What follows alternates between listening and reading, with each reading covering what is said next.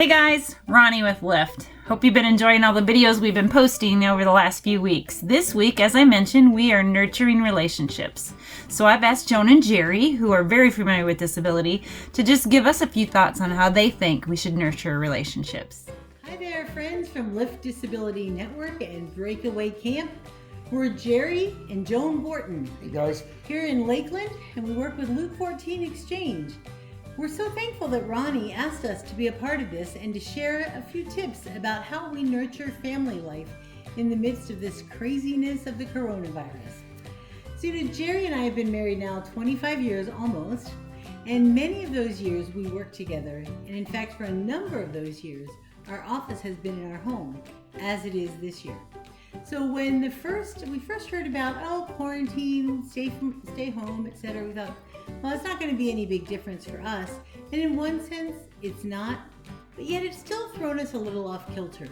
So when that happens, we have to go back to what we know to be the basics and what to be truth, so we can keep our relationship vibrant and alive as Christ would want it to be.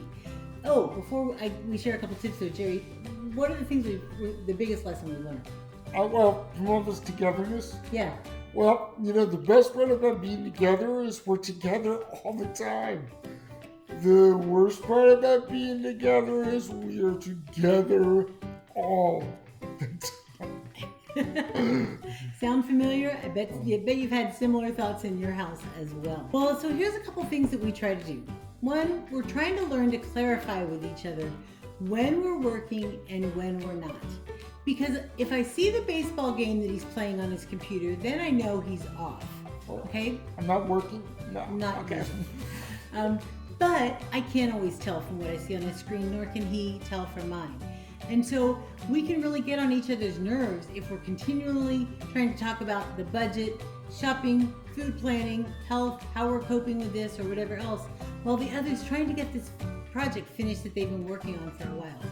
So being able to say, this is my time that I'm working on schoolwork, this is the time I'm working on things for the home, this is the time I'm working on things for work, is really helpful for us to not get on each other's nerves and not feel like we're the enemy. It doesn't work all the time, but it is helpful to try to at least talk or ask beforehand, do you have a minute that we can talk about? The second thing we do is we try to make time together a priority. Again, that's got to sound really silly during this time when all we are is together. But we found that there's really a difference between being together day to day, doing work, doing the daily activities of living that we have to do, or taking time to really celebrate our relationship as a family and the joy that we received when God brought us together as a husband and wife. So we try to make sure that we take some time. Sometimes it's every week, sometimes it's once a month. It kind of depends on how life is going. But I think during this time of a lot of togetherness, we're trying to do every week something that says, hey, I really like you. I have a good time with you. So whether we go for a walk together, make plans to see a movie here at home, plan for a special meal and cook it together, play a game, whatever it might be, just some time to say, we're in this together and I love being in it with you. And the final tip is this: remember that the season that we are in now is not the end of the story.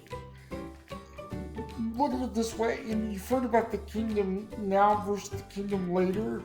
In John 14:2, Jesus says he's going to prepare a place for us. In fact, in the verse, it says before that, in my Father's house are many mansions. Doesn't a mansion sound like a great idea right now? As long as I don't have to clean it.